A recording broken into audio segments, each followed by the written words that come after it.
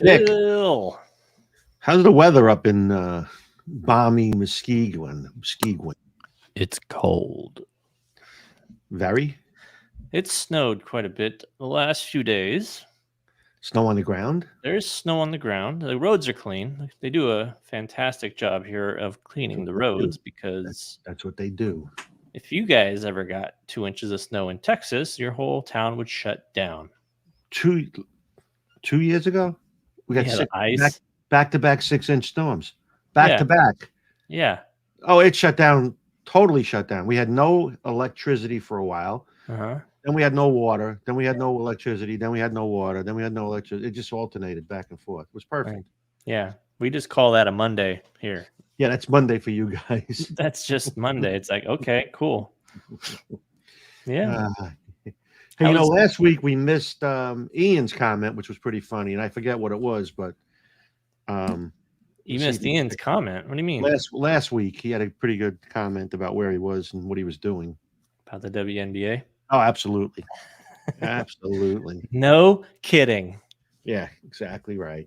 All right, we already got the first one already. Garbage truck, 2:38. Yeah, I got the same time, 2:30. I'm gonna go early today because I didn't hear it during our pre-show warm up. I know. I'm gonna go for 16 minutes after the hour here. I'm going 14 minutes from now. That's what I'm saying. Wow, you're going early.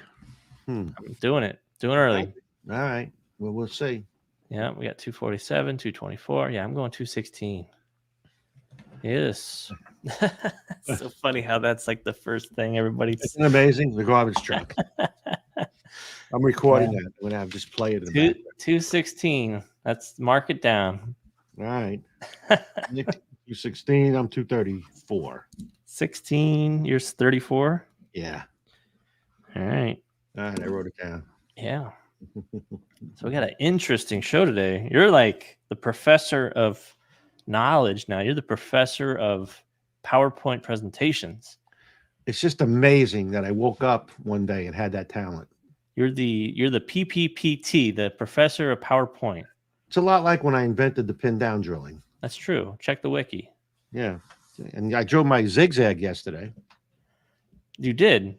I did see that. You sent me a picture. And what did I say to you? You said I missed the line, which then I clarified telling you that I didn't miss the line. I drew my thumb hole first. Yeah, so you still missed. Well, I missed by 128th of an inch. I mean, I don't care if you missed by an inch or a mile. You missed. Missing's missing. Then I measure the fingers off the thumb. This way it can't be wrong. Yeah. You're the kind of guy that draws the scribe lines after you drill it. No, that was the PBA tour when I bowled. I walked in there one day and said, "Did you guys draw the lines after the ball was drilled?" I mean, fair is fair. Hey, it looks cool, though. Yeah. Well, yeah. I had a guy tell me one time I couldn't use the ball because I had altered the surface with the scribe lines. Is that right? I thought he was kidding. He was serious. Dead serious. I mean, it's true. Yeah. I'm going to petition that now. PBA pros can no longer scribe their balls in the truck. It's illegal. You know, it's amazing what... It makes them softer. It's amazing when you think about some of the comments made during league. So 2 weeks ago, I had a guy get in my team and my face about the table we were sitting at. Wow, you got in your face over a table? He said it was his table. His table? Did it have his name on it? No. He said, well, if you're on the right lane, you get the table in the back, and if you're on the left lane, you get the table in the front. Yeah. So that didn't go so well for him? Well, so I said, well, we're not moving. Okay. We just sitting there having dinner. We were sitting there having dinner. That's not infuriating. And he said, well, you have to move. I said, well, what if we don't move? Oh, he's gonna make you move. Yeah. I would have thrown your dinner across the room. So so I didn't say, I said, yeah, what are you gonna do about it anyway? Like that. So he went to the president of the league, and apparently there's an unwritten rule. He tattled. So they asked us to move, but my buddy Brent had the greatest idea on the planet, and I can't believe I didn't think of it because I must be getting old. Man. He said you should have just moved your table to the back where his was and brought the other table to the front and said, "Okay, there's your table." They're not bolted down or anything? No, they're just tables. I could have taken that table that he wanted and put it in the back and pulled the other one forward. I said, "Okay, there's your table." If this was 1984, you would have asked them to step outside. No. You guys would have talked about it over a slice of pizza. And exactly. I can't believe it. You got to move. That's our table. I'm like, what? I don't see your name on it. Yeah, exactly. They used to have the tables numbered years ago for the lane. 5, the lane was, 13, 14. But those tables are long gone. But apparently this guy still lives in the dark ages. Table 5, 5, table 5, table 5. Okay. We have a giveaway today, don't we? Yes, and we're going to change the rule a little bit. We're changing the rules, everybody. So pay attention. Pay attention. This is important. We're going to quiz you on this later. So if you're here, still here in the chat, in the podcast, when we draw your name, if we draw your name, and we spin, if you're here, you get a chance for another spin. Respin. You can take whatever on the first spin, or trade it in for the curtain. What's behind curtain number 2? Or you get another spin if you want. Right, there we go. But you got to be present to do that. If you're not present and we draw your name, you get whatever the spin is. Right. We'll call you out if you don't say, hey, I'm here. Hey. And then that's it. Yep.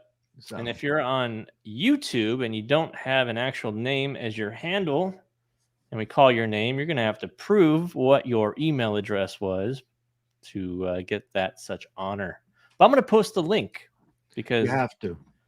Without the link, there's no giveaway. So I'm going to post the link here. Look for the woobox.com entry. Get those entries in. I will post that a few more times throughout the broadcast. Got it. Mm-hmm. So, yeah. Best of luck to everybody. Should we do a practice spin? I think so. Let's do a practice spin because last time we did it. If you were tuning in last week on our practice spin, it landed on the grand prize last week. In the practice, I couldn't believe it happened, but let's do another practice spin to make sure the wheels work. I'm going to take, let me see, I'll take something different this time. I'll take chamois. I'm gonna go triple roller. It's gonna be the dark blue one, I think. All right, taking the yellow. Yellow. Go. Chamois. Chamois. Oh, it almost did it again. Backpack. It landed on backpack, but it almost got into the grand prize. It was one more click. How bad would that? They would have thought it was fixed at that point. It's like the ultimate bait and switch. Oh my god. 2 years ago in league, we used to have a 50-50 we ran, while the league was going on. Half the money went in the league, the other half went to the guys that won it. So because Jeff, my buddy Jeff, was the secretary and treasurer of the league, or secretary of the league, he ran it. Mm-hmm. So the three of us put our money together and buy the tickets. The first week we win. We get 50-50. Okay. So whoever won had to run the raffle the next week, so we had to run it again. Oh, that's pretty clever. It's usually whoever's on lane 1 in our place. So whoever wins has to run it, right? Yeah, okay. The following week we run it, we win again.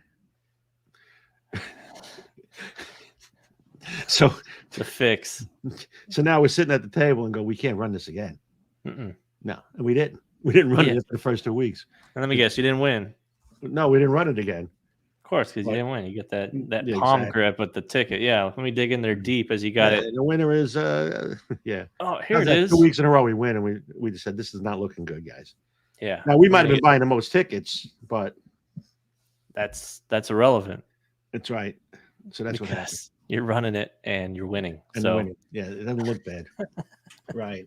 Mm-hmm. All right. So what do we got today? We have we got arsenals. We're talking about arsenals today. We only have one topic, right? One topic, and then we're going to take Q&A and stuff like that. If we got time, this might take a little bit of time, I think. Yeah, this takes a while. Then we have a top 5. That's true. So let's talk about the arsenal a little bit. We get a lot of questions, constantly get questions, and things that sort of things that we can't answer is when people say, "How should I drill that?" Well, how do I know? And how do I know how you should drill with the drill press? For what you bowl on, how you throw it, and how you really throw it, and how you think you throw it. There's always that. Comes down to being honest with yourself. Yeah, exactly right. And it usually starts with that. You have to be honest with yourself. You have to ask yourself a certain amount of questions on, what do I need? What do I really need? And what do I think I need? And what do I want to have? And nothing wrong with that. If you like buying bowling balls, God bless you. I mean, that's thank you. Fantastic. Thank you. But we'll get a Christmas ham on your behalf. Exactly right. Thank you very much. Thank you very much. So when you think about it, does that really help you for what you're trying to accomplish? So I am a firm believer in less is more when it comes to arsenals. Yeah. If you can build a whole arsenal full of Intel pearls, you probably would. I absolutely will. I'll do it with Intels, right? My whole arsenal consists of 2 balls, a solid and a pearl, and everything else I drill is simply because I got to throw it to see what it looks like. Right. But it doesn't do me. I drilled a zigzag. I threw it for a game last night, and it didn't work out for me only because the way the pattern played last night was terrible. We had a problem with the lane machine. And you missed your span. I didn't miss my span. But anyway, so you have to really look at what you're doing, what you bowl on, what are you going to use it for. So I always have people ask themselves this question, who am I? What type of bowler are you? So this problem, and years ago, it was always a problem, and Mo was a proponent of that. And he would drill these maximum hook monster balls and put a hole in the side. And the poor guy that liked to stand on 20 and play 10 had to stand 40. Just to get that ball through the front. Get the ball through the front. So he had hooked a lot, and the guy couldn't bowl with it. Yeah. So I always ask you, who are you? What type of player are you? What do you like to do? How do you see the lane? Yeah. You have to be able to see the lane a certain way. What's your comfort zone? Are you comfortable opening up your angles, or would you rather be down and in? Up the boards, parallel. Yeah. Where do you have the most success? Exactly. Where do you generally bowl better from? Playing further in, right. Playing straighter, small belly, fallback, up the gutter. Sure, there's a lot of options, and what people don't realize is, I'm comfortable moving in. That's fine. Can you still strike from in there? Right. Yeah. Just because you're good enough to play fourth arrow, and send it to the right or to the left, doesn't mean you're going to strike from in there. And that may be because of your style. You may have a low rev or low speed or some combination that doesn't allow you to do that. You can do it physically, but you don't have the success rate. You can't get the corner out. What do you normally bowl on? You bowl on house shot, you bowl on sport shots, you bowl on both. Are you a journeyman? Do you bowl tournaments? Tournaments, you're everywhere. Right, exactly. So all of these things you have to start asking yourself. And then where do you bowl? You bowl in the same house, you bowl in different houses. You could bowl league only, and you bowl on house shots only. But by definition, the house shot is only prevalent to the house that you're in. It's not the same house shot everywhere. Yeah. Would you say our house shot at House of Pain is the same as your house shot back home? Last night it was. Was it? It was. They had a problem with the lane machine last night. It was brutal. I'm just saying, I'm a house bowler. Right. I bowl at the same house. Right. Right. But that house is affected multiple different ways on the pattern because whether it's 20 degrees outside or whether it's 70 degrees outside, right? That means they either have the heat cranked on or not. Yeah. And it's how they oil the lanes that night. So it's a machine that puts down the bulk of the oil in the middle, and then it's spread out manually. Right. So, and you only have 2 lanes that aren't on a wall. Yeah, those end pairs are tough. I tell you. You only have 2 pairs that aren't wall pairs. Right. Right. Yeah.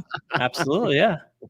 Yeah. On lane 1, you can fall off the cliff to the left. Right. Lane 5, you can fall off the cliff to the right. Yeah. Exactly. And then you got the ball returns always to mess with too. So there's only 6 lanes there, right? Is that 6 or 8? 6. That's it. Yeah. So you have 2 wall pairs of the 3 pair. 2 of them wall pairs. So Yeah, then you got that easy pair in the middle, 3 and 4. Yeah, Easiest exactly. pair in the house.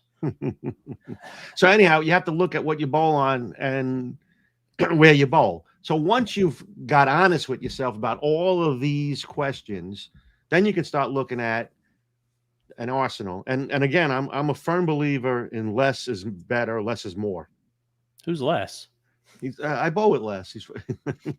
Anyway. You have to be able to build your arsenal around um, uh, easy moves. You don't want to have drastic changes in your arsenal, especially if you're consistently bowling in the same place around the same time. Your shot's about the same.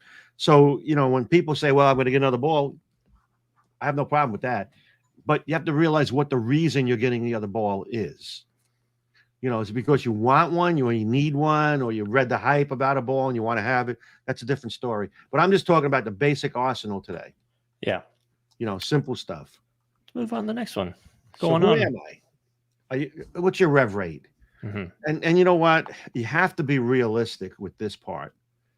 And I don't know much about calculating rev rates, what people do, and if there's a system for it, or is there a tool? I don't know. Some people are pretty savvy where they put tape on the ball. Yeah. Like white tape, and then they film in high speed, and then they do the calculation based on the frame rate. So do you put the tape from the ring finger to the PAP? Yeah, you can do it that way. That's usually an easy way to kind of calculate how many times the ball is actually rotating around. Right. Piece of white tape from the ring finger to the PAP. Yeah, back in the day, we just put a long strip of white tape from pretty much above the ring finger to the PAP, and that's how you'd be able to really easily calculate that kind of stuff. So, yeah. The other thing is you can like if you have Specto available to you, it's close. It's a calculated thing. It's not like I noticed that with Throwbot, and it can vary on the ball and where you throw it sometimes, but Throwbot is spot on because it's a mechanical rotation. There's a motor that's set at an RPM, and that's the rotation that it's going to be thrown at. Right. And sometimes, depending on the ball, it can be around 10% reading less. So something that's 300 that I'm setting on the machine will sometimes read 270 consistently across the board. Okay. So, you can get an idea. I mean, you'll generally have a good idea. You can have a pro shop just look at you and watch you bowl a few shots, and they'll be able to tell you about what your rev rate is. So let's quantify that for a second, Nick. Not to interrupt you, but let's say you're a high rev rate guy. Sure. Okay. What would you consider for? And we have to really realistically break this down. I'm not talking tour caliber. I'm talking about the guy that bowls tournaments, league, local. Yeah. What's considered a high rev? Yeah, on tour it's 5+, right? 500 plus is considered high rev. I would say anything over 400 is pretty high rev. Right. But on tour, when you talk about breaking that down, the high rev guys are 500. Yeah, I would say 500 is pretty much the cutoff for the high rev guys, right? I think so. Yeah. I mean, okay, but local. Local. I mean, technically, I'm a high rev guy in and around town. I mean, yeah, I'm 350 on a good day. Maybe if I really want to crank it up, I can get up to 400. I just don't. There's no point. So you think between 350 and higher, above, considered high rev? I would say 375 to 400 and above. Let's write that down. 375 and up. Let me check your math. Yep, and okay. Yeah, I would say if you're 400 RPMs, that's pretty high rev rate. Okay. So what would you consider medium? I would say 300 to 375. Okay, so anything above 300 and below 375. Yeah, I mean 275 to 375. How about that? 275, 375 medium, and then 274 and under is low. I would say, yeah. Okay, that's pretty much going to be in that, but it's all relative based on what you're going to talk about next with ball speed and how you match up. Because that's the whole part of it. So you can have a match up is key. If you match, then you don't have to deal with a whole lot of variables. And let's talk about that. Try to match it up. Let's say you're a low speed player, a low rev player. What should your speed be? If you're a low rev player? Yeah, to match. 274 and under. I mean, you're talking like Mark Zucker curve on our thing. You know, he throws it, I think, 16 off his hand, and that's pretty matched. So that's the other thing you need to pay attention to. Like if you see your ball speed at the center, it's reading it at the pins. So right. You know, the ball is going to slow down anywhere from 3 to 4 miles per hour typically. Correct. So if it's reading 12 down there, you're probably 15. around 16, somewhere 12 in there. at the pins? Yeah, if you're reading 12 at the pins, you're typically 16 off your hand. Right. You know, someone asked me, it's like, hey, I don't throw it very hard. I get 15 miles per hour on the screens. I was like, that's pretty fast. That's pretty fast, right. I'm like, I have to throw it like almost 19, sometimes 18 and a half, 19 off my hand to get it 16. To get that on Specto, because Specto reads it every little bit on every foot. Right. So off my hand is what I put, but I started putting like entry speed as well, because that's the speed that it's entering the pocket at the last couple of feet. Okay. So you're saying let's try to match up a number if we can. Yeah, if you're like 275, you want to be probably 15 to 16 miles per hour off your hand to be matched. Right, that's what I'm saying. 15 to 16 off your hand. Yeah, so anything above that, you know, you're going to be typically speed dominant, and you're probably going to have more success playing further straighter, playing out. Or you might have to put surface on your ball. Typically, yes. When you get on it, that's not it. I thought I heard the track. No, you're out. You're out. You're lost, by the way. Whatever. Okay, so then you go to the guy. The next guy up is 275 and up. Mm-hmm. So he's going to be what, 17 to 19 off his hand?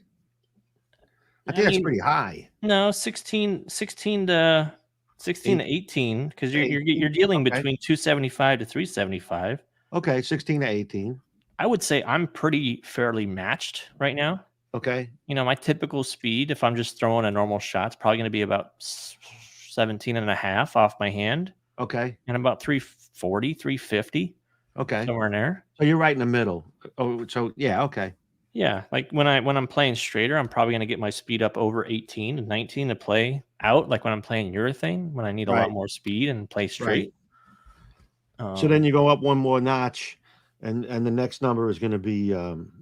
I'd say anything 18 plus is high speed off your 18 hand. 18 plus is high speed. So what you have 3 spots. You have 274. And under is low rev. 275 up to 375 is high rev, a medium rev, and then anything above 375 is high rev.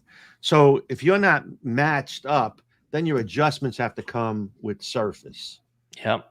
You know, and sometimes layouts and types of ball you pick. Correct, but the biggest adjustment, in my opinion, is surface. I think surface dictates about 80% of the ball motion. Sure, absolutely. And if you already have stuff drilled and you're looking to fit stuff in, then yeah, absolutely. Like that's the easiest course of action right there. Right. So first you have to determine what your rev rate is. And then in most cases, you can find your ball speed simply by looking at the monitor. Mm-hmm. And if it's at the pins, you add 3 miles or 4 miles to it, and that's what you were off your hand. So when we talk about arsenals today, we're going to talk about bowlers that are somewhat matched. Okay. At their ball speed and their rev rate. And then we'll talk later on about adjusting it if you're not. Okay. So you determine who you are. That was good. So then, we're talking about a league arsenal for a low speed, low rev player. So it's somebody that's 274 or under and is 15 to 16 miles an hour off his hand. Mm-hmm. Okay. So you want to look at what your characteristics are. What you got to address your problem area. Your problem area is you're probably not going to be able to move in and circle it too well because your ball is going to bleed off more energy. You don't throw it hard enough. It's going to probably lose rotation. So you want to stick with balls with low differentials. And obviously low speed, low rev, low diffs. Sneak attacks, 036, deadly rattlers, 035. Now, we're not talking about surfaces yet because we can go back and tweak these to match what you're bowling on. If you want to get an asymmetrical ball, And we're not going to talk about drill pattern. Well, we will mention drill patterns here. If you're talking about asymmetrical balls, our zigzag is 045, which is that's the lowest asymmetrical Total diff. Differential that we have in our line, Mhm. 045. And then it's got a low intermediate diff of 015. So that's a good ball for a low speed, low rev player, keeping the ball in front of them, not having to open up your angles. The ball maintains its axis rotation longer, and Right. and also what we saw is when we drill the zigzag, with pin down layouts, it actually lowers that differential even more. Correct. It tends to raise the intermediate still. Pretty much anytime you put holes in a ball, it's going to raise the intermediate a little bit. Yep. But that's the key. If you're low speed, low rev, I think maintaining that axis rotation so that you can have that drive through the pins. Yeah, it's not going to. Right. Most of it's going to bleed off sooner if you have friction. When it hits the friction, it starts to bleed off the energy quicker. And the hitter is an example of something probably right above what you needed. It's got an 050, but again, the intermediate diff is 015. Right. So, when you start looking at an arsenal here, a sneak attack is a solid. The deadly rattle is a pearl. Mm-hmm. It's a good combination. When you look in the asymmetricals, the hitters are solid. The outer limits and the zigzag are hybrids. Right. So for a low speed, low rev player, if you're looking to build an arsenal on this, it's like, okay, well, I'm generally going to be using stuff on house shots. Let's take that scenario there. Right. So the sneak attack and the deadly rattler combo, I'm assuming you mean the sneak attack solid. Yeah, I do. Yeah. Okay. So sneak attack solid, deadly rattler, those are probably going to be the balls you use the most. And then if for whatever reason in the night, say the lanes are a little oilier that night, or it's cold, or say, just feel a little slicker. Right. Then a ball like an asim comes into play, but that's your top end, and then you got your mid-range solid that's going to get you most of the work with the sneak attack, and you got your deadly rattler when they break down a little bit. But none of those balls are going to make you move too far in. And that's the key. Stay in your comfort zone. Stay in your comfort zone. Recognizing what you're good at. When you start to look at the balls that we have on the list here, you don't need to add more.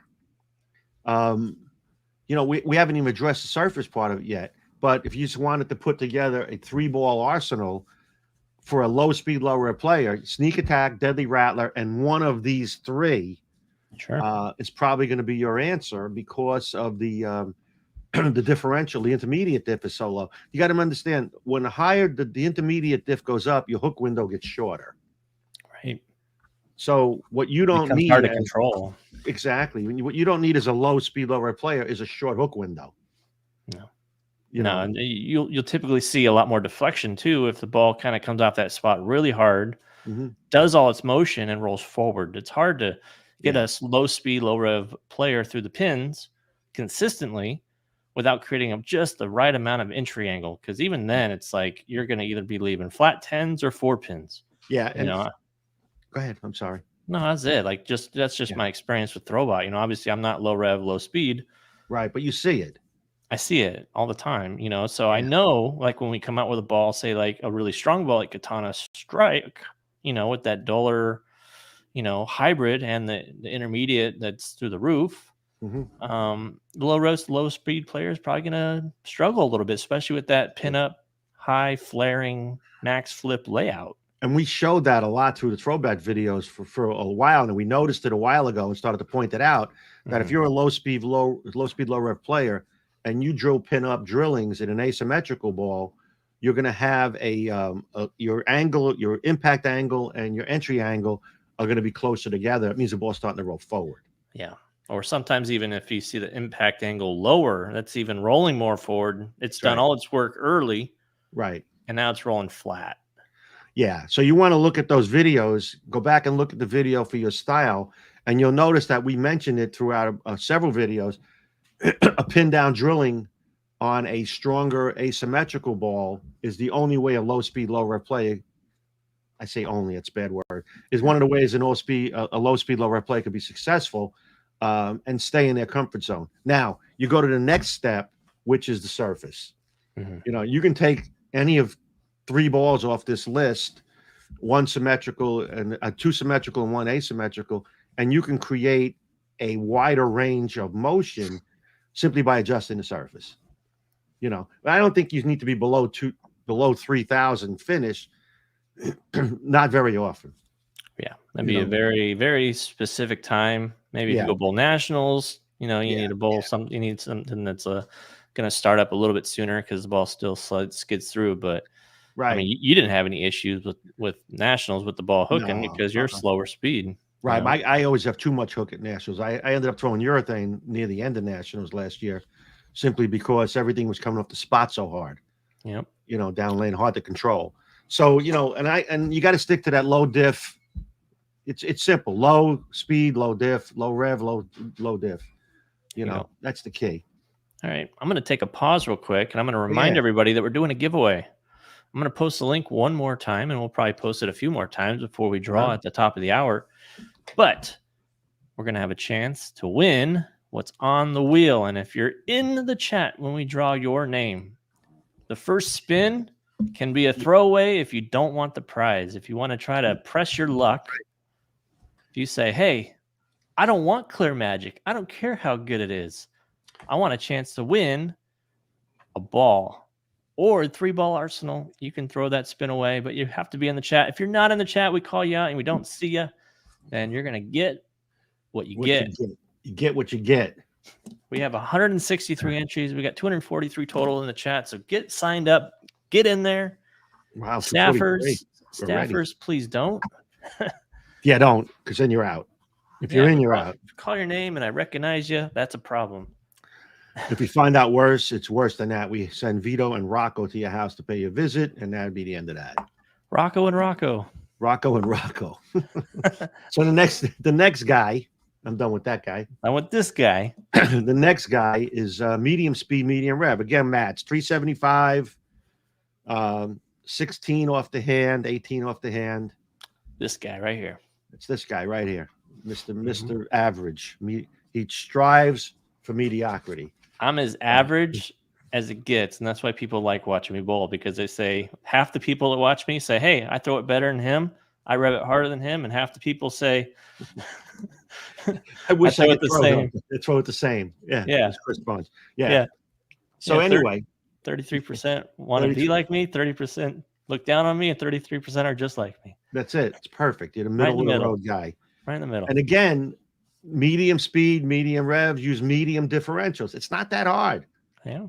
But you don't want to create a 10-ball arsenal that now you're confused. I mean, let's face it. You go to league, whether it's 32 weeks like Nick Bowles or that's a lot of weeks. What are you talking about? That's 8 months. How long do you bowl? How many weeks? We probably bowl about 30 weeks, 32. 32. So or you bowl in my league where we bowl for 7 years in a row with the same. Yeah. You haven't stopped bowling. You're on week 432. Exactly what it feels like. We have 44 teams, about 48 weeks. They press a button on a machine. It's about the same. Last night was an exception. They had a machine break down. It took an old machine out of the back. Didn't work out. But anyway. They didn't oil my lanes. I didn't say a word. I just bowled bad. Anyway, you got to realize you don't need 8 balls to bowl league. You really don't. You're allowed to move your feet. Hey, you got a phone call. You want to take that? You want to put it on the air? Wife. No. Doesn't she know what you're up to? No, she doesn't know that. Does she know you podcast? Yeah, she does. She knows that. Does she tune in? No, I don't think so. But my girl tunes in sometimes. Yeah. Let me just text her real quick. Oh, here we go. Texty. You say the younger generation is so full of their phones and they can't get their face out of their phones. Here's Phil during the show. Right. Texty. Why don't you just use the talk to text? I think old guys like doing that. Stop talking. You want me to pick up where you left off on the show here? I can handle this if you want. No, I'm good. I got it. Okay. You sure? Yeah. What? She has to pick up some pie crust and pick up some milk and eggs. Exactly. So anyhow, you got a medium speed, medium player. Stick to the mediums. You don't need all the balls. It's just unbelievable what people bring in. You can move your feet. You can change your hand position. You can do those things. Makes bowling more fun. But again, let's talk about symmetricals. You probably need symmetricals in your arsenal. And again, here you can use a higher differential ball, like the Crypto Boom is a 46 diff. So you have a crypto boom at 46. You have a deadly rattler at 35. Again, that's a little bit higher total diff with the crypto boom. It's going to have a more flair, so it'll have a little more reaction than the deadly rattler. The surfaces are different, but we'll get into surfaces again in a little while. As far as symmetrical goes, again, mediums are the answer here. Okay, so the hitter is the medium differential. It's got a little higher diff, but it's got a lower differential. And on the other side of that, a flip side would be a katana assault or strike that has a higher differential and a higher intermediate diff. You probably don't need both of those. You need one of them. So when you look at this again, you want to pick something that's more medium. Based on your environment. Based on your environment. Yeah, we're talking about league for the most part, right? And then again, once you have those balls in your arsenal, do you need to look at your surfaces? You know, I mean, so you may be bowling on a house that has a little more oil just to start with for a house shot. Yeah, you got to break them down a little bit. Yeah, exactly. You got to, and so you might want to start out with a little bit more surface. And again, you know, I recommended on the last slide between 3,000 and 4,000 for the low speed, low rev player as a starting surface. I recommend a 2,000 to 3,000. Now, bear in mind, we put surfaces on these balls with some of these combinations, you know, a 2,000 finish or a 3,000. So you could start there. You can work backwards. Look at the surfaces that we have and then work back. Or you can start with the differentials like we talked about and then go forward. You know, so again, with a low speed, low rev player, we want to use smoother surfaces. With a medium speed, medium rev player, you want to use medium surfaces. Right. And if you're just a little bit more on the speed dominant side, your surface is going to come down, or you pick the balls that are a little bit more aggressive to start. Right. But yeah, I mean, all these are supposed to work cohesively with each other. So say on this scenario here, say I'm going to pick hitter to start with. That's going to be my ball out of the gate to break them down. You know, lanes are fresh. I need the ball to do a little bit more work to start. Right. And as that breaks down, I know what my next move is going to be. It is likely going to be to something like crypto boom on the step down. Right.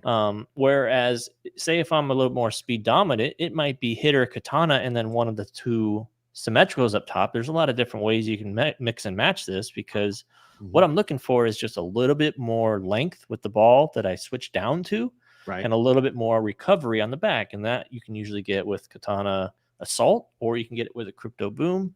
You know, both have the HK covers on them, just depending. Like, I prefer asymmetrical balls for the most part. I prefer. Obviously, Purple Hammer still legal. That's going to be. Is it still legal? It is still legal. You gonna make me do it? I hadn't seen it in a while.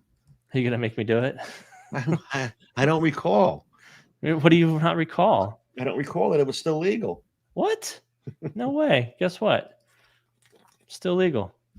All right, moving on. Again, it's still legal. Go ahead. Keep going. No. So what Nick is saying, you know, again, you want to step down, and it doesn't have to be a giant step. And that's the key. You don't want to build an arsenal where your moves are gigantic. Yeah. Because don't switch balls. Yeah, exactly. And then move an arrow. Don't do that. No. Make it easy. You want to stay in the same zone. The ideal scenario is to, wherever you're standing with the one ball and that starts to not react properly and you want to make a ball change, you shouldn't have to move more than 2 or 3 boards with your feet and stay in the same zone. Should pick up right where you left off. That's the whole ideal arsenal there. Right. So if you find that you switch down to a ball and it's not enough or it hooks less, then you need to mess with your surfaces some more. Yeah, you need to create the difference with your surfaces, and you don't want to make giant leaps. I don't want to go from standing 18 looking at the gutter to standing 35. You know, I want to make a subtle change in the same zone. You know, the lane man dictated where you should play. The lane man dictated your scores last night. He did. It did exactly right. He said no. He knows scores for you. He dictates where you should be playing. What changes it is how the bowlers on your pair break them down. But they're not breaking them down arrows. And so your situation should be, if I have to make a giant move left, if you're right-handed, you should be able to go from the ball you had to a ball that's slightly below that and stay where you are. So subtle changes. I agree. No big arsenal changes. I 100% agree with you for the first time. Ever. Mark it down. I'm done with this guy. Done with this guy. Hold on, I probably have to click on it first. Yeah, you do. Yeah. There we go. So the last guy we're going to talk about for today is the league player, high speed, high rev bowler. You know the same balls, by the way. Exactly. You just took 2 slides and changed 2 words. I changed 2 words. So, and really think about it. He can use a crypto boom. He could probably use a deadly rattler. He's going to chew on it, to throw it to the dry. But he's going to probably need a little more recovery down lane because he can throw it to the break point. Mm-hmm. So when he can use more asymmetricals than the low speed, low rev player, he can probably exclusively use. And Nick is a high speed. Well, you're not high speed. You're matched. I can be. You can be. Right. I can be a high speed, medium rev player for sure. But he said he liked asymmetricals for a reason. He likes to have the ball come off the spot with a more dynamic motion. I want to throw the ball hard. Throw the ball harder. So the hitter, 053, 015, or any one of the katanas, they're the highest we have in that category. They have an 051 diff and an 020 intermediate diff, which those numbers are just before drilling. They blow up when you drill them. So you can end up with more.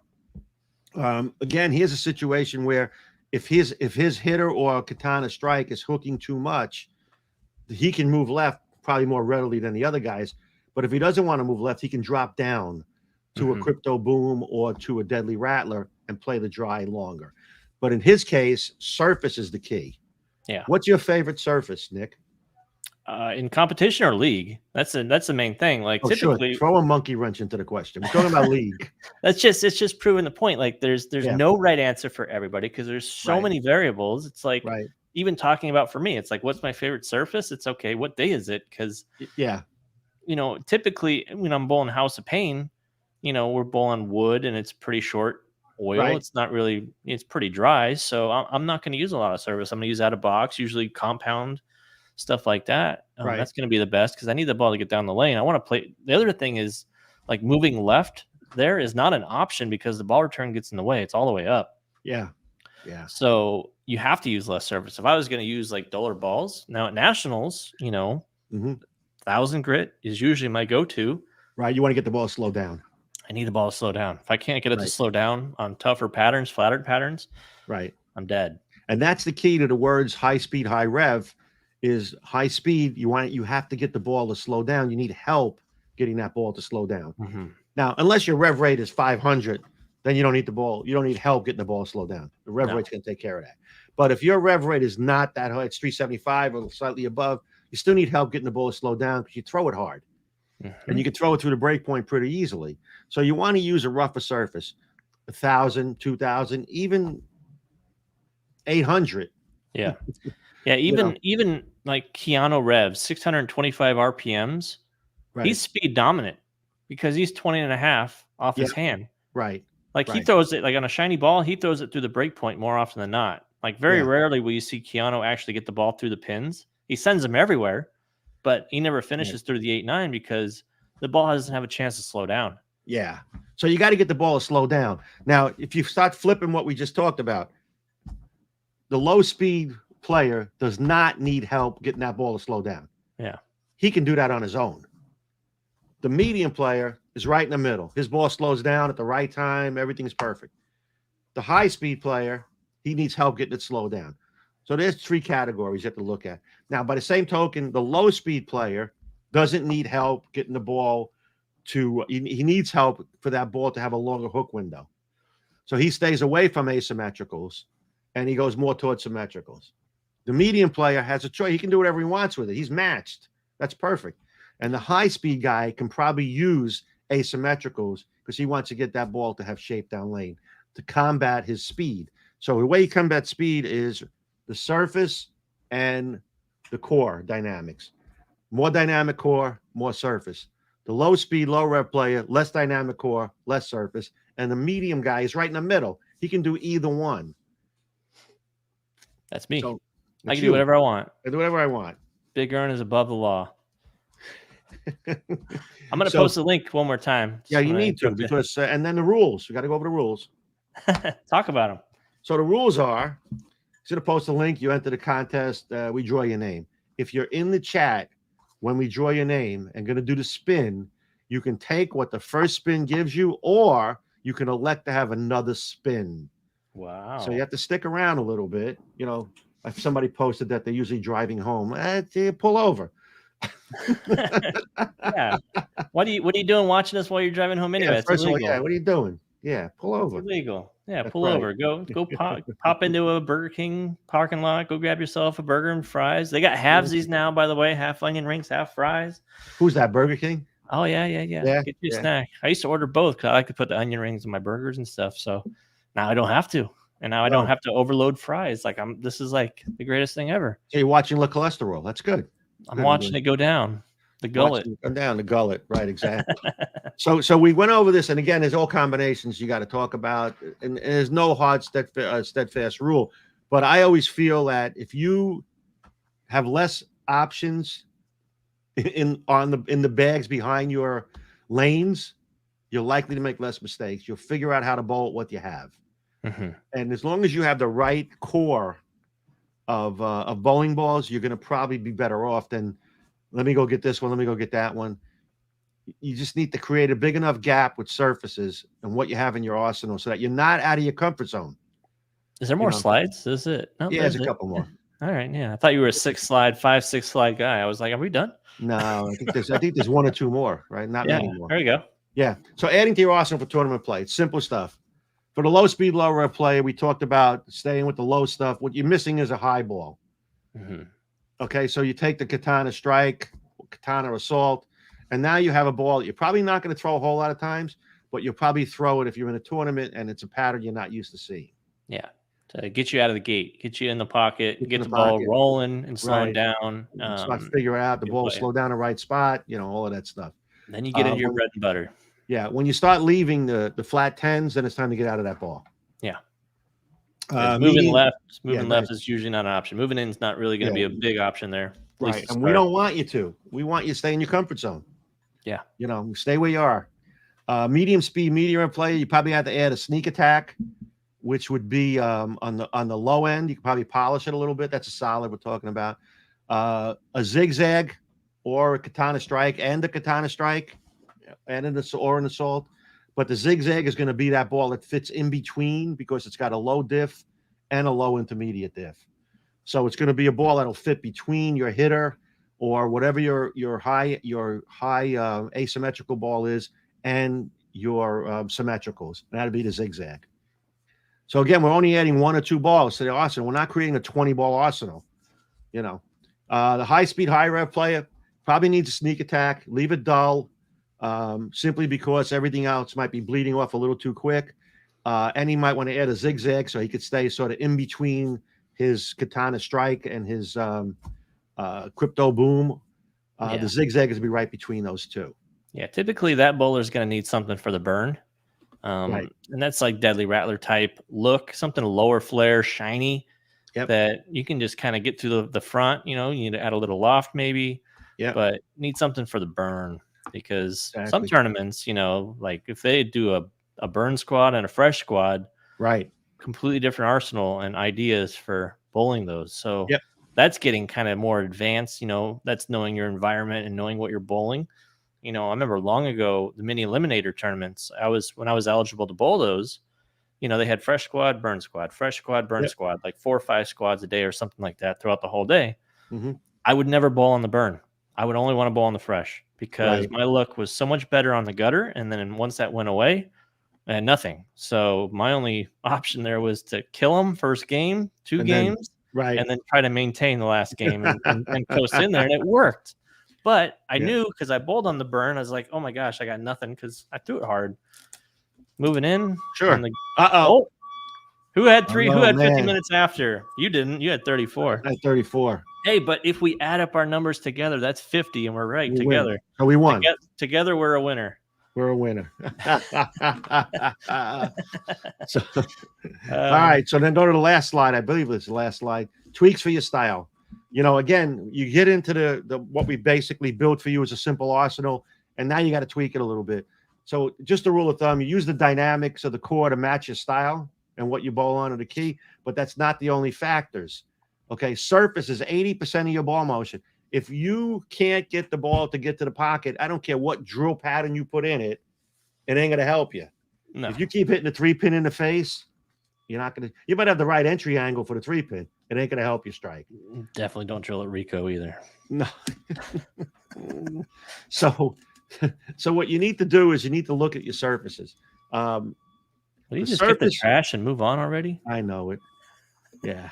What are they, Union? No, I don't know. That might be one of the flatbed trucks, though. That's the only problem. Is he towing your car? Are you current? Maybe they're towing my car. You current? It's probably one of those the repro guys.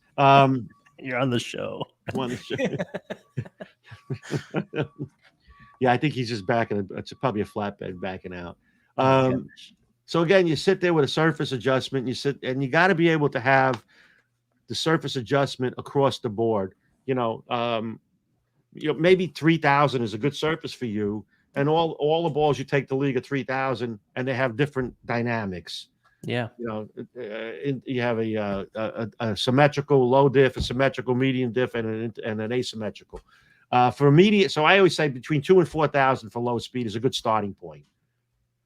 It's enough to get you the ball into motion, but it's not going to bleed off too early. Medium speed bowlers, again, same thing, 1,000 to 3,000 grit. The starting point. Again, they're not cast in stone. And not every ball's got to be 1,000. And no. So it's a sliding scale. I mean, you've got to have those, especially in a tournament arsenal. You need those. What if balls? What if they're juiced? What if they're really oily? What if I need something that's really dull? Right. I'm going to have a ball that might be 500 grit. I might have a ball that's 800 grit. Right. You have to have it in case you need it. Right. It's not going to be what you throw every time. You're building an arsenal, right? So it's just everything you need. I need something for the first 6 frames of nationals, and guess what? That thing's going to be charcoal. Yeah, there you go. And then your last but not least is your high-speed guy. Again, you got to look at what the fault is in your game. High-speed guy is throwing through the break point is his problem.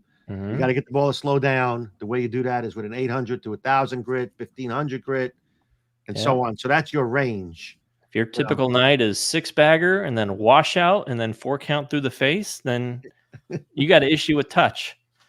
Exactly. So typically surface, I mean, play to your strength. If you're better throwing it hard, throw it hard. Throw it hard. Keep the surface dull. That's right. Exactly. So, you want to play to your strength, but again, keep the arsenals simple. You don't need every new ball that comes out. You got to look at where it fits. Yes, you do. Yes, you do. You need every new ball. The subliminal inclination. Here's a funny thought I had, when we're doing the brainstorming for the show. Yeah. Is if you took any brand, any single brand, so take Radical, for instance. Okay. If you took the last 3 balls that we released in any brand, let's call Radical for right now. Okay. You can make a 3-ball arsenal out of that. Absolutely. No matter what you look at, because of the way we release balls and the types of balls we release in each line, we're not gonna release heavy oiler in that order. They're gonna be spread out. So we take the hitter. Yep. Okay. We take the Deadly Rattler. Yep. We take the zigzag. Bingo, bango, bongo. Wow, how'd that happen? I got the hitter up top. I got the zigzag in the middle that does most of the work. And if they get really dry, guess what? I got Deadly Rattler. Whoever came up with that plan of launching balls like that did a good job. What, did you invent that too, along with the pin down layout? I did. I invented that too. So you have to look at the arsenals. That with how we build balls. If you follow, and that's why I always tell people, well, if you like a brand, stick with it. If the brand is cognizant of what's going on in the environment, then they're going to build arsenals with their launches. Mm-hmm. But like Nick said, any one of our brands. But I'm more aware of that because if I take a ball out, I want to replace it with something that's going to be in that same range. The Sneak Attack original was a hybrid. It went out. I put the Solid in, but that left me without a Pro. So I put the Deadly Rattler in there. The Crypto Boom came in. That's a higher differential ball because the Bigfoots went out. So I always keep one in and one out. The hitter is it's a Solid, and it's a higher total diff, lower intermediate diff. But then I have the katana, which is a higher total diff and higher intermediate diff. So yeah, I mean the hitter came out when pretty much the Innovator Solid was pretty much run its course. that's exactly right. Yeah, so you're yeah. At any given time, you can pick a 3-ball arsenal from especially from the Radical brand, because we were well aware of that. You're very strategic. You weren't aware of it until I mentioned it on the podcast, Yeah, and then you said you invented it. I just invented that 5 minutes ago. Hey, thanks for mentioning that. I invented that. I invented that. I invent so many things that I just can't remember. All right, last chance to enter. I'm going to put the link in here. How many people? How many people? What? We have 285 watching right now. As of let me check to see how many entries we have. We need 15 more people. Oh, we need 11 more. We got 289. We got a 10 bagger and 8 spare now. 10 to 286. Oh no. Our count's going down. Going down. So we and 190, 240 entries. You think 240? So we got 243 as of we sit right now. See, that's it. So there must be 42 staffers currently in the chats right now. They know not to enter. So yeah, you got a couple more minutes. I'm going to put the link in one more time. Some questions after you put that link in. LinkedIn. There we go. There's the LinkedIn. Lincoln. Did you say Abe Lincoln? Abe Lincoln. He's blinking. No, I said anyway. Hey. All right.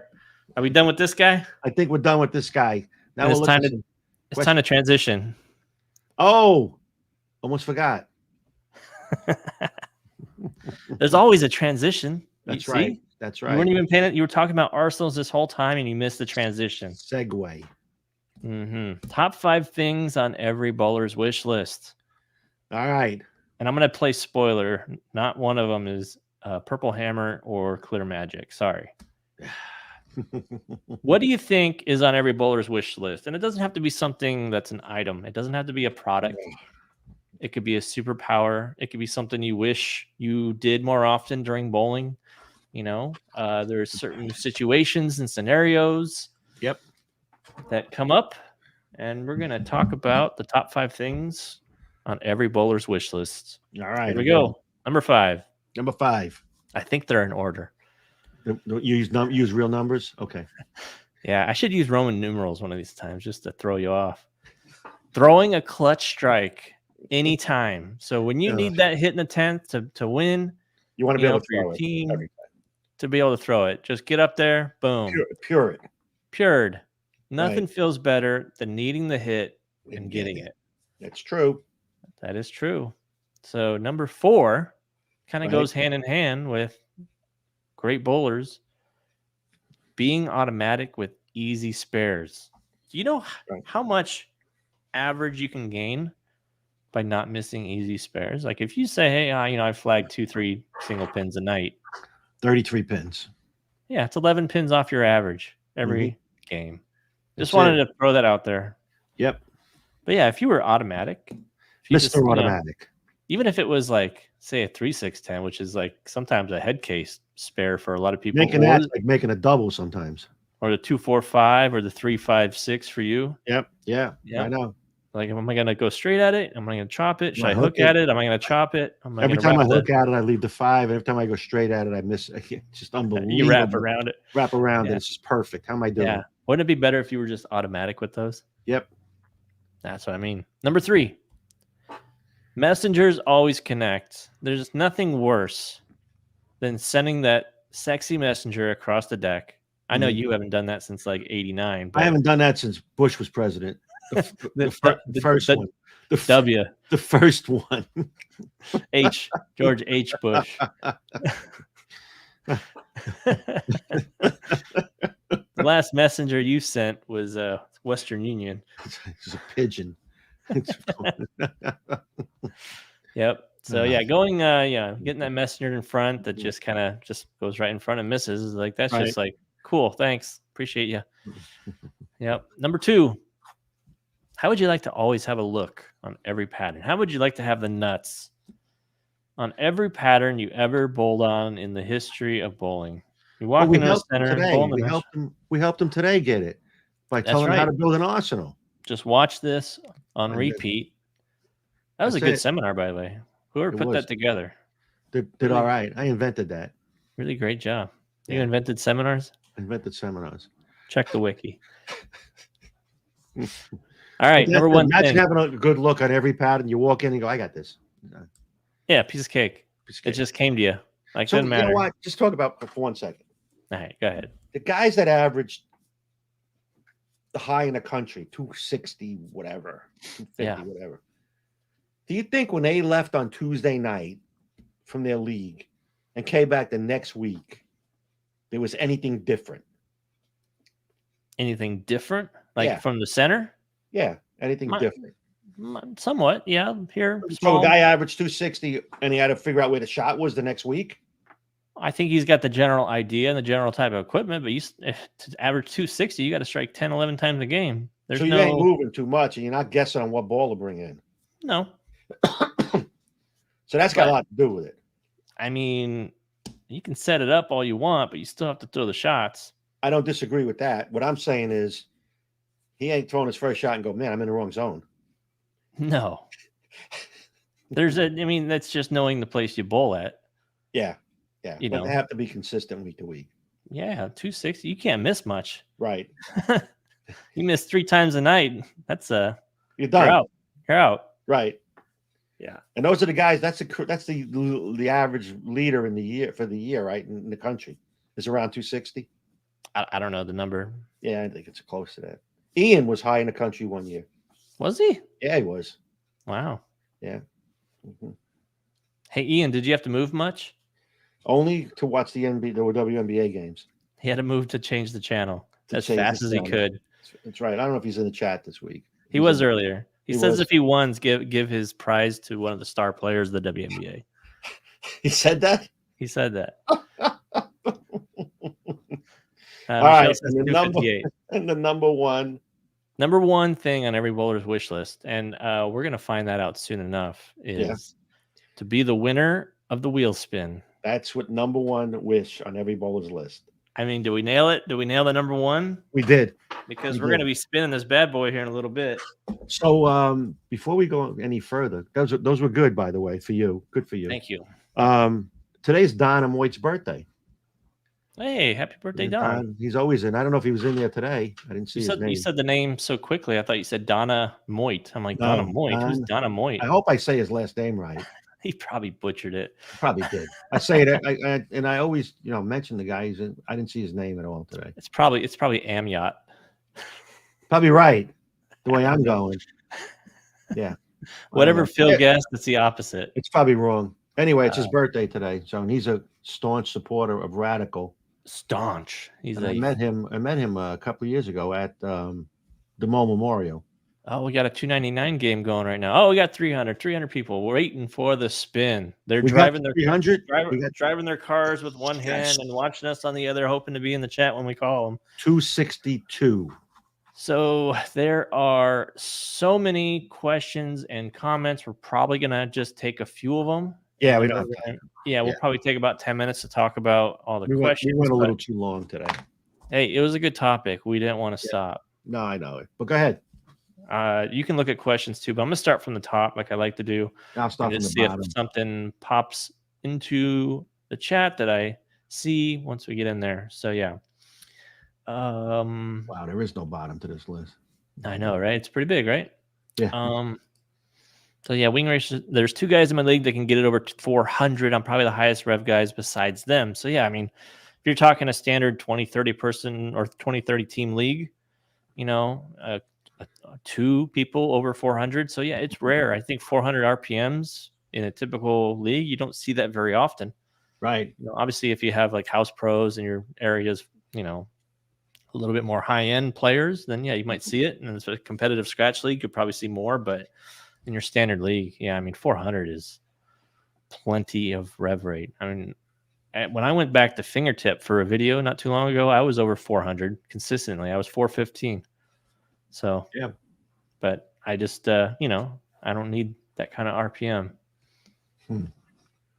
I got a little note here from Chris Kidd. Chris's kid. Chris Kidd. He subs with us. He's a good guy. Bowl league with. He congratulated me from last night, so that's pretty cool. Oh yeah, the one thing he didn't mention in the arsenal is Spare ball, plastic spare ball. You got to have a spare ball unless, well, again, it's really not a spare ball unless it makes spares. Yeah. Yeah, depending on, it doesn't have to be plastic.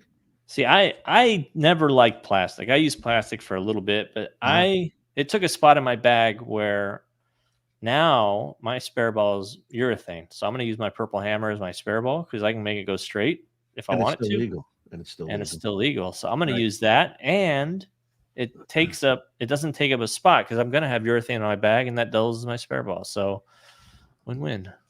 Yep. Let's see what else we got.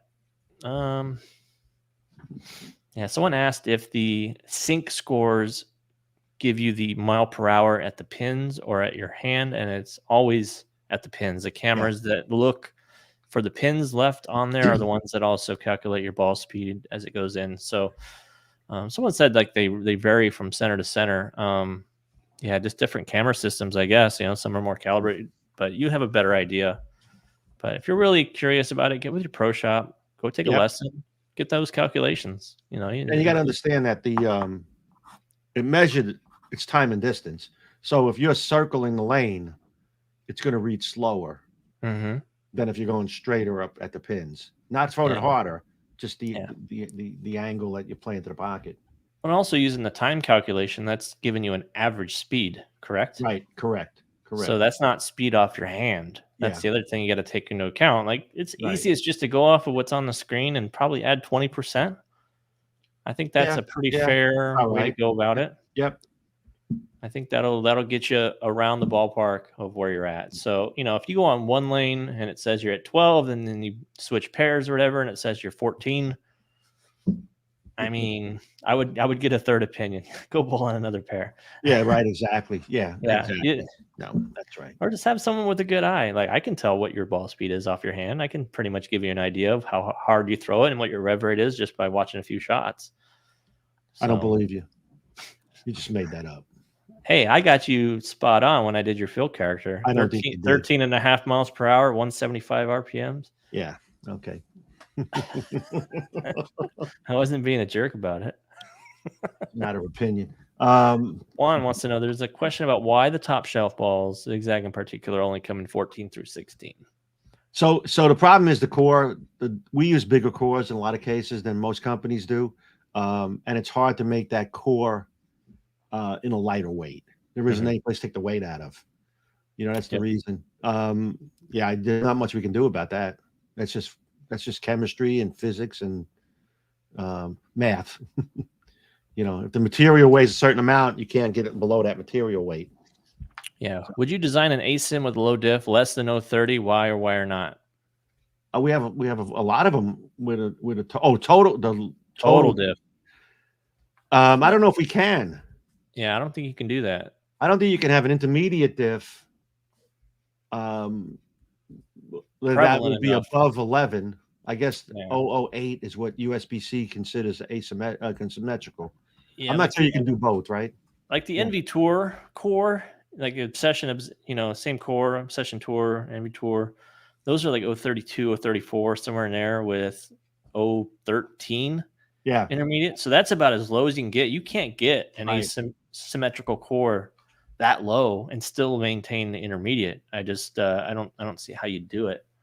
I mean, I'm sure it can be done, but at the same time, once you get those numbers too close to one another, say if you got like a really low differential and too high of an intermediate, the ball doesn't exactly know where to roll to, because now the high RG spot could potentially flip flop. So you don't want that. Yeah, you don't want that. You don't want that. If you ever get into a position where your intermediate is higher than your total, then it's flip flops. No longer the intermediate. That becomes a total, and then your X is now your Y. No, we can't do that. We can't get there. Don't want to do that. Nope. Don't want to try.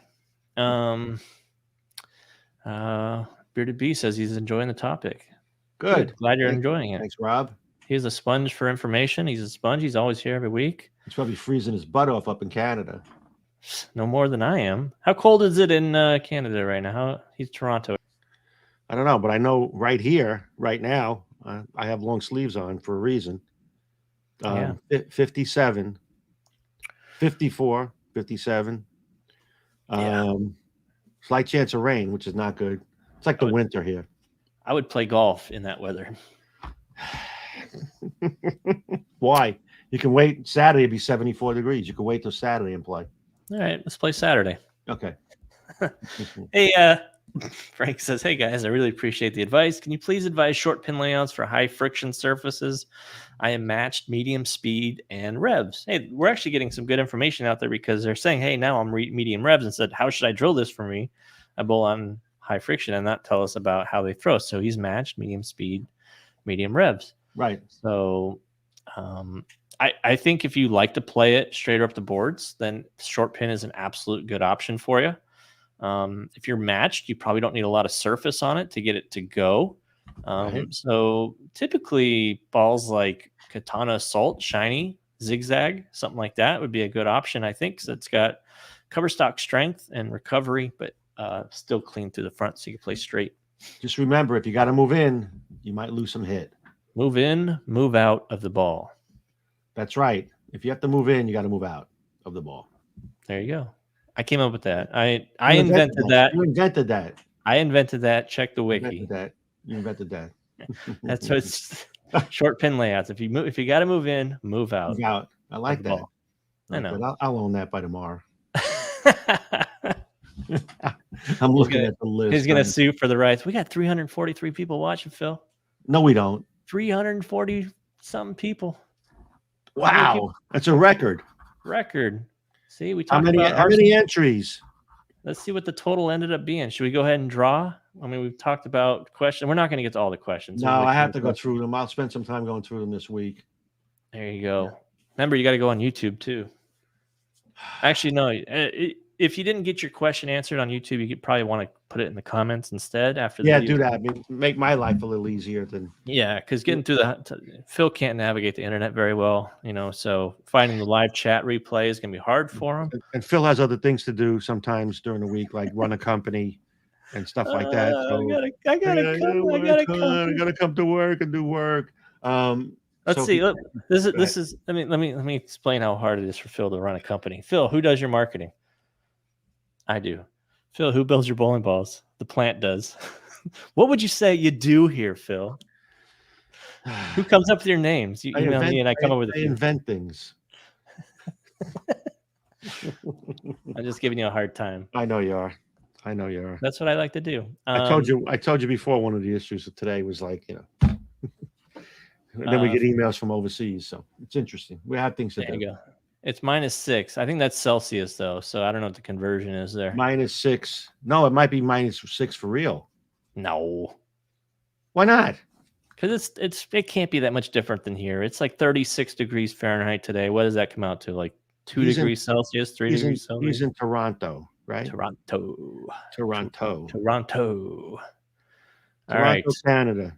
Temperature. Oh yeah. Here we go. Feels like Daryl Scott, need a t-shirt. Move in, move out. Perfect. I'm gonna make that t-shirt up. That's it. All right. We need to find you a question so I can go pick a winner here. Why don't you go find one? I can do that or talk about the zigzag. Talk about the zigzag. I want to pick a winner. Yeah. So the zigzag, let's talk about that again. Again, the ratio between the intermediate diff and the total diff is 3-1. It's 45 to 15. That's an ideal ball for a low speed, low rev player because you're not going to get that burn up at down the lane. And obviously, when I say it's ideal for them, it works for the medium and a high rev, but it's an asymmetrical ball that a low speed, low rev player can use and stay closer to the dry, not have to move in and chase it and then try to circle a whole lane with it, where the hook window would definitely get smaller. But by design, the ball has a longer hook window. The motion, it's got HK22 on it. It's clean through the front, and it's got a one big move type motion down lane, but it's not as quick and sharp as you would get with an intermediate diff, like in the Katanas that have 020.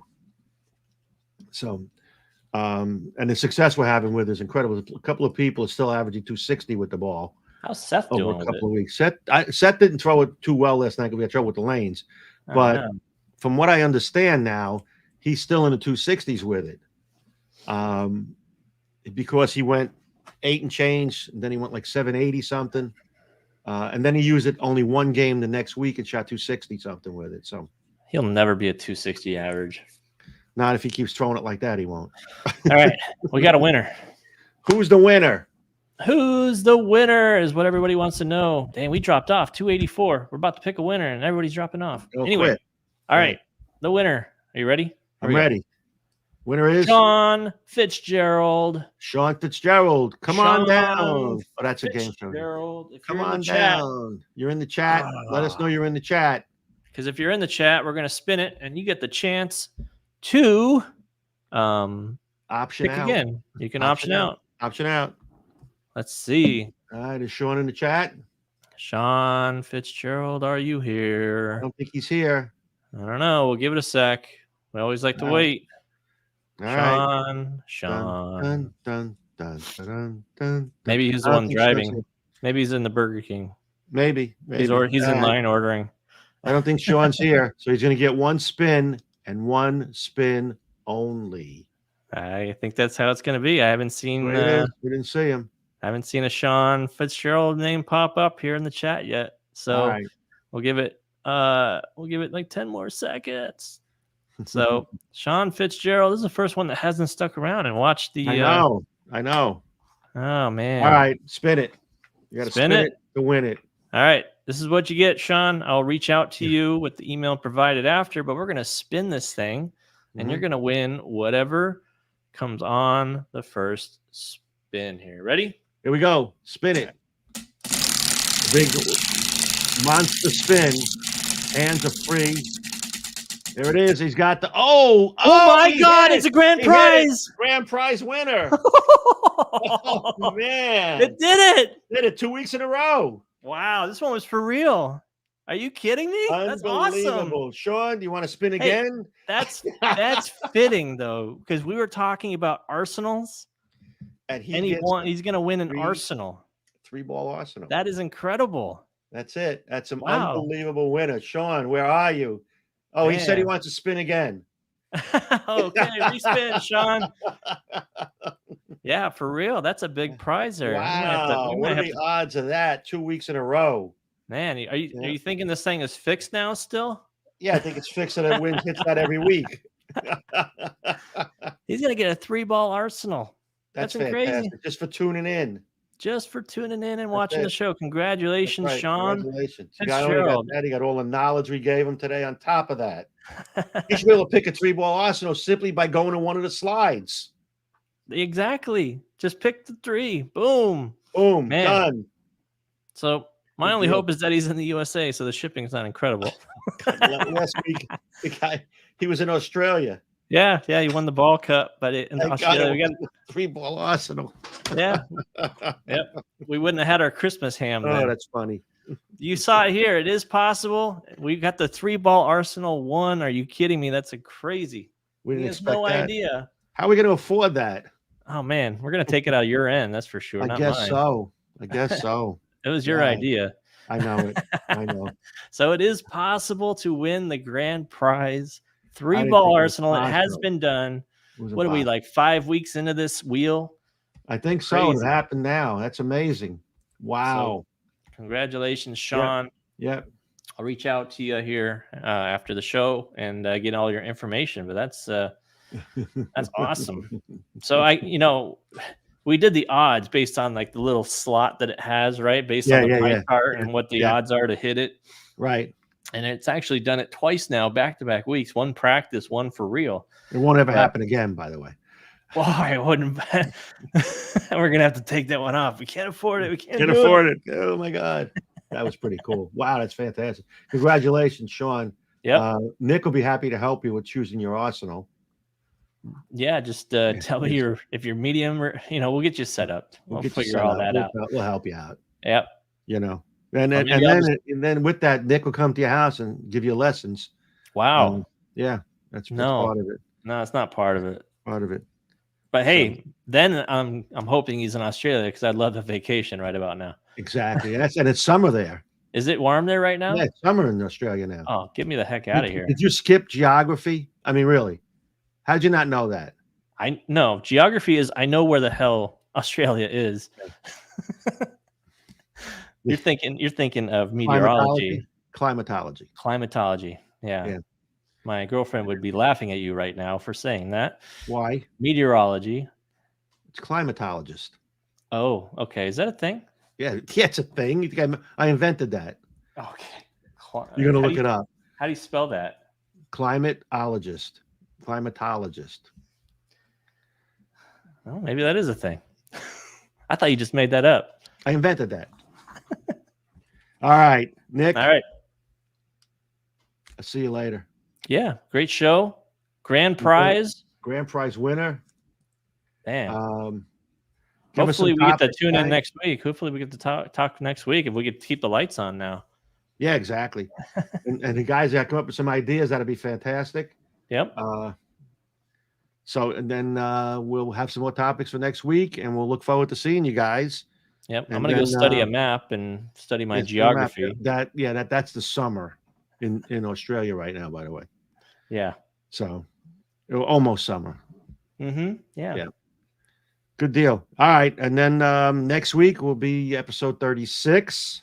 Yeah. And 2 weeks from now, you'll actually be here. I'll be there. Not in the same room as you. Right. I won't be in the same room as you. All right, y'all. We're going to tune out. We're going to move in and move on. We'll see you guys. Be careful. Talk to you later. Take care. All right. All right. Bye.